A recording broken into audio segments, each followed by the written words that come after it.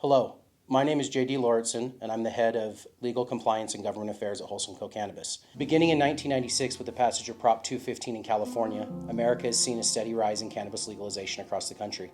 Including California, 5 states enacted medical cannabis measures in the 1990s. 7 more states passed medical cannabis laws in the first decade of the 2000s.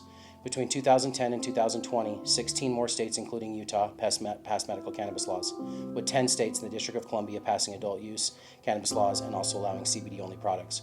In 2021, 5 more states enacted adult use cannabis laws.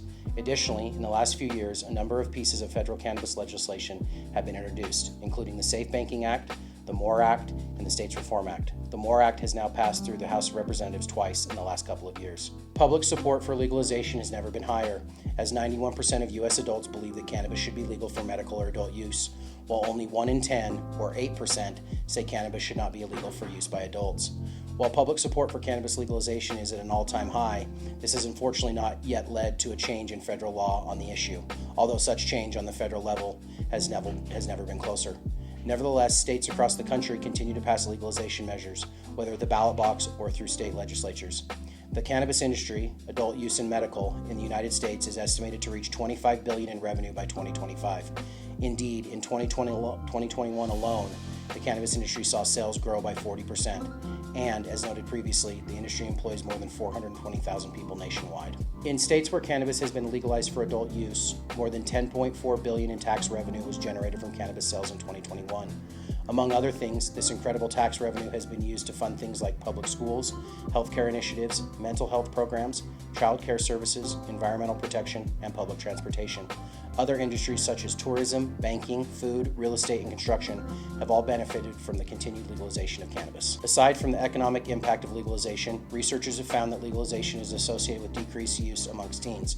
Similarly, research has shown that traffic deaths and arrests for DUI have not increased and may even decrease in states where cannabis has been legalized. Legalization has also resulted in increased consumer safety, as legal cannabis is subject to strict regulations and safety standards. Legalization also tends to decrease crime and free up resources for law enforcement to focus on more serious crimes. Additionally, because cannabis is safer than many other harder drugs, its liberalization is leading to better outcomes for recovering alcoholics and drug addicts, as cannabis is proving to be a powerful harm reduction tool and/or extra drug for many. Perhaps more important than any other fact, cannabis legalization has led to more impactful reforms related to social justice and equity. While the social justice and equity programs established post-legalization have not been perfect, they have made an impact and have created a place in the industry for those communities most harmed by the war on drugs. Of the 19 states that have legalized cannabis for adult use, 13 have developed social equity programs to help marginalized people become cannabis leaders in their markets. States that incorporated social equity programs into initial adult use cannabis legislation include Massachusetts, California, New Jersey, New York, New Mexico, Michigan, Vermont, Illinois, Connecticut, Arizona, and Virginia.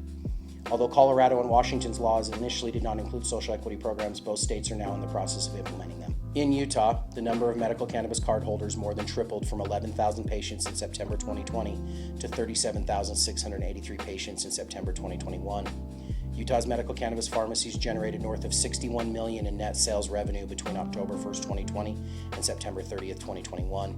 As it stands through March 2022, there were more than 47,000 active patients in Utah's market, 820 registered qualified medical providers, 477 registered pharmacy agents, and 71 pharmacy medical providers. The Center for Medical Cannabis that administers Utah's medical cannabis program, from a pharmacy, QMP, and patient perspective, saw total revenues reach almost $3 million in 2021, with a projected revenue of approximately $3.48 million for 2022.